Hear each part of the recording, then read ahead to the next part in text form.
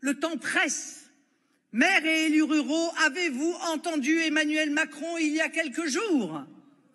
Il ne propose rien de moins que de vous imposer l'installation dans vos villages et vos villes d'une immigration que vous n'avez pas demandée.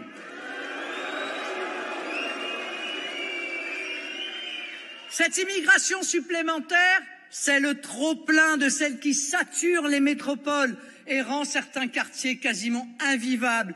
Mais aussi, ce sont de nouvelles migrations venues du monde entier qui sont programmées, voire par ce signal encouragées.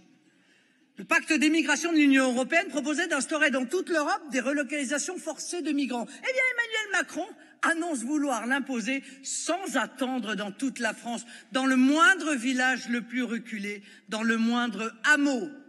Nous sommes prévenus. L'immigration submersion, c'est eux qui la choisissent, mais c'est vous qui la subirez.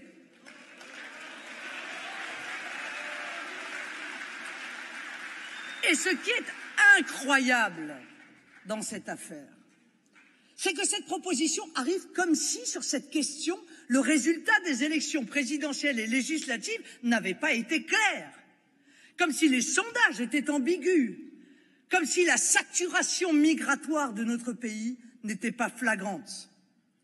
Ce mépris pour les élus locaux, cette négation de l'identité territoriale de vos communes, jamais des sénateurs du Rassemblement national ne l'accepteraient.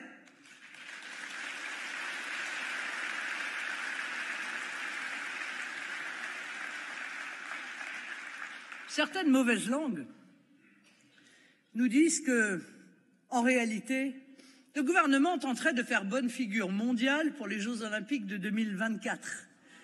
Le gouvernement serait-il tenté de vider Paris de ses clandestins, squatteurs et autres craqueurs, c'est-à-dire de les répartir chez vous, dans nos campagnes ou dans nos villes moyennes? Ne croyez pas que ce qui arrive en matière d'immigration est le fruit du hasard, d'une faute d'appréciation, d'une inattention passagère, d'une sous-estimation des conséquences. Cette folle politique, elle relève d'une intention politique.